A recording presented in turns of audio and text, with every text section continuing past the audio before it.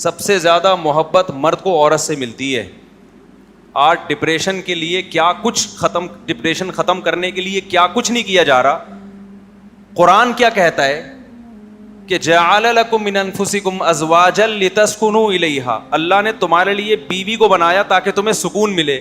سکون ڈپریشن کی الٹ ہے کہ نہیں ہے؟ تو نیچرلی جو انسان کے سکون کے لیے جس مخلوق کو پیدا کیا گیا مرد کے لیے وہ کیا ہے؟ عورت ہے. سمجھ میں آ رہی ہے بات کہ نہیں آ رہی ہے؟ تو جو اسی سے دور بھاگ رہا ہو یا غیر قانونی طریقے سے حاصل کر رہا ہو جس سے ڈپریشن بڑھتی ہے. لوگ کہہ سکتے ہیں ہماری تو اتنی گرل فرینڈس ہیں. دیکھو گرل فرینڈ آپ کے ساتھ رہنے کی پابند نہیں ہوتی, وہ کسی بھی وقت مارکیٹ سے شارٹ ہو سکتی ہے. وہ ڈپریشن کم نہیں, ڈپریشن بڑھانے کا ذریعہ ہے. جبکہ بیوی کو چھوڑنے کا اختیار اللہ نے مرد کو دیا ہے, عورت اپنی مرضی سے جا نہیں سکتی ہے. تو یہ جو احساس ہے نا مرد کو کہ یہ میری ہے, جب تک میں طلاقیں نہیں دوں گا, خلا کے پیپر پہ سائن نہیں کروں گا, یہ کہیں جا نہیں سکتی, اس کا جانا انلیگل ہوگا. یہ چیز مرد کے لیے سکون کا ذریعہ بنتی ہے. اب یہ پتا ہے کہ میری ہے یہ, ورنہ آپ کو جب پتہ ہی نہ ہو کہ اس کو وسیم اچھا لگ رہا ہے, کبھی غفار اچھا لگ رہا ہے, گرل فرینڈ میں تو یہی ہے نا. تو یہ تو خودکشیاں کر رہے ہیں جا کے, گرل فرینڈ بوائے فرینڈ والے دیکھ لو جا کے آپ. عورت کو بھی جب یہ احساس ہوتا ہے کہ میں کہیں جا نہیں سکتی, سوال پیدا تو عورت تو پابند ہو گئی نا, اس کو کیسے سکون ملے گا جب اس کے پاس ایک دوسرے مرد کا آپشن ہمیشہ کے لیے ختم. اس کو بھی اب نبھا کر کس کے ساتھ کرنا ہے پتا ہے بھائی, اب میرے مقدر میں کون ہے, یہ ہے. اب اس کو بھی یہاں سکون ملے گا جب آپ کے پاس آپشن ہوتا ہے نا. دیکھو بوفے میں جا کے ٹینشن کے علاوہ کچھ نہیں ہوتا. آدمی کہتے بریانی کھاؤں یا کباب کھاؤں یا میں وہ کھاؤں, ابے بٹیر کھاؤں, کیونکہ کل پشاور والوں نے بٹیر کھلایا مجھے. پشاور میں نے چپلی کباب دیکھا گول قسم کا. میں نے کہا بھائی یہ چپلی کباب بڑا اچھا بنتا ہے نا وہاں, تو یہ ڈیزائن کیوں چینج ہو گیا؟ انہوں نے کہا یہ ایسا ہی. میں نے کہا یار آپ لوگ نے نا کراس بریڈنگ کی ہے چپلی کباب کے ساتھ, یہ کراس بریڈنگ کے نتیجے میں ایسا چپلی کباب وجود میں آیا ہے. ورنہ چپلی کباب کو تو کہتے ہی چپلی اس لیے کہ چپل کی طرح ہوتا ہے نا, وہ ایسے چپٹا ہو. فارمی مرغیوں کی نسلیں چینج ہو گئی, ہر چیز کی چینج ہو گئی, کباب کی بھی نسل بھی. اس کو میں نے کہا شامی کباب کے ساتھ کراس بریڈنگ ہوئی ہے اس کی, یا کوفتے کے ساتھ لگ رہا تھا مجھے, کیونکہ نہ پورا چپٹا تھا نہ کوفتے کی طرح گول تھا, بیچ کی کوئی. تو یہ کوفتے کے ساتھ کراس بریڈنگ کے نتیجے میں وجود میں آئے. ذائقہ بہرحال اس کا وہی تھا. ابھی کراس بریڈنگ میں خالی شکل چینج ہوئی ہے, اگلی نسل میں چپلی کباب کا ٹیسٹ بھی چینج ہو جائے گا. تو میں نے کہا یار جو روایتی کھانا ہے نا پشاور کا, اس کو تو ویسے ہی رہنے دو میرے بھائی. اس کو اگر کراس بریڈنگ کر کے کوئی نئی چیز بنانی ہے تو اس کو نام کچھ اور دے دو نا. کیا خیال ہے بھائی؟ اچھا خیر, کہاں سے بات چل رہی تھی؟ ہاں, بوفے میں جاؤ تو ٹینشن کم نہیں ہوتی. تبھی بوفے میں لوگ کبھی کبھار جاتے ہیں ویسے ہی کہ دیکھیں کیا ہوتا ہے یا ٹرائی کر لیں. لیکن حقیقت یہ ہے کہ جب بھوک لگ رہی ہو اور ایک قسم کا کھانا آپ کے سامنے آ جائے اور وہ آپ کا مرغوب ہو, آپ کی مرضی کا ہو, تبھی بیگم اپنی مرضی کی ہو تو پھر سکون دے گی. اگر کسی نے لا کے پہنا دی ہے پھر تھوڑی,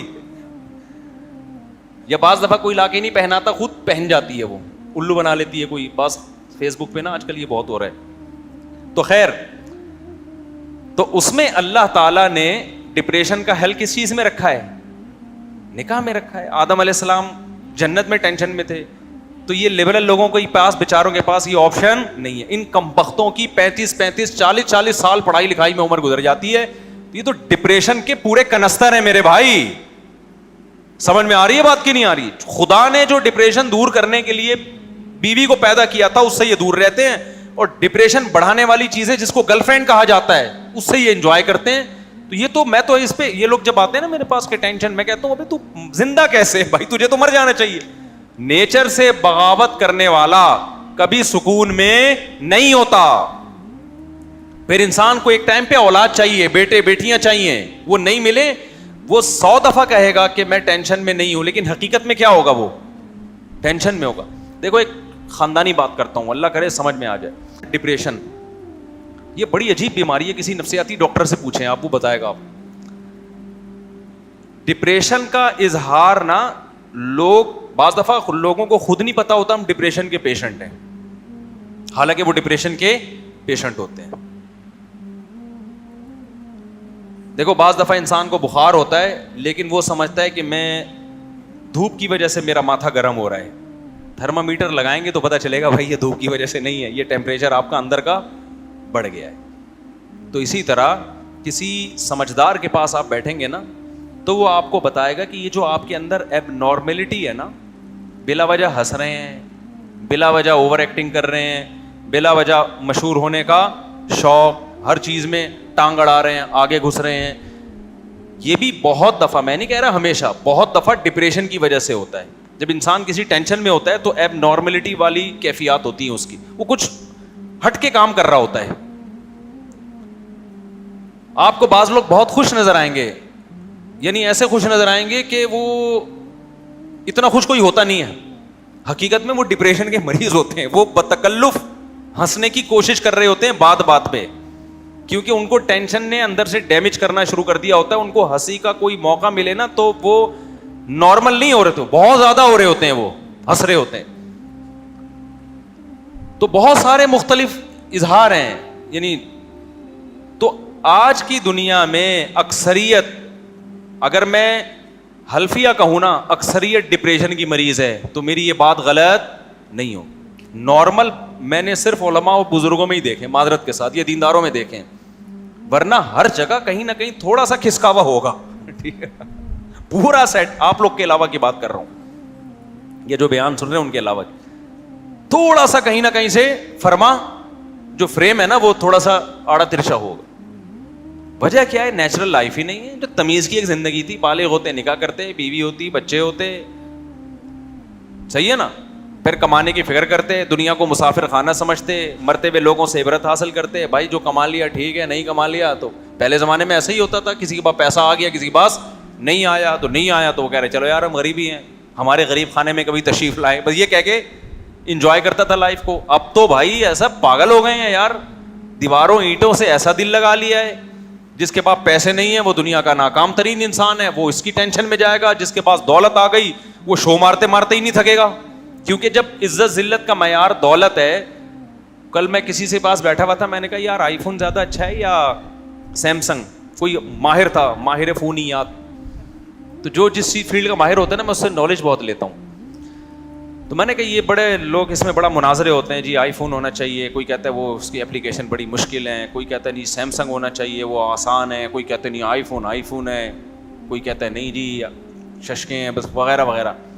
تو بندہ بیٹھا ہوا تھا, اس نے, پشاور کی بات کر رہا ہوں, اس نے مجھے بولا مصعب جو بھی آپ کو آئی فون والا نظر آئے گا نا جیب میں یوں کر کے نکالا ہوا ہوگا, یہی اس کی علامت ہے کہ یہ آئی فون والے سائی کی ہوتے ہیں. میں نہیں کہتا سارے سائی کی ہوتے ہیں, کہہ رہے ان کو پتا ہے مشکل ہے, اس کی اپلیکیشن کیا ہے, بہت مشکل ہے, چیزیں آسانی سے ڈاؤن لوڈ نہیں ہوتی, ہر اپلیکیشن کی پیمنٹ دینی پڑتی ہے, وغیرہ وغیرہ. اور لیکن پھر بھی اتنے مہنگے مہنگے فون رکھ کے, اچھا جتنے وہاں آئی فون والے بیٹھے ہوئے تھے نا سب نے جیبوں سے باہر نکالا ہوا تھا, اور واقعی یہی اسٹائل تھا, آدھی آدھی جیبیں تھی, اور 3 کیمرے جو ہوتے ہیں نا وہ نظر آ رہے تھے.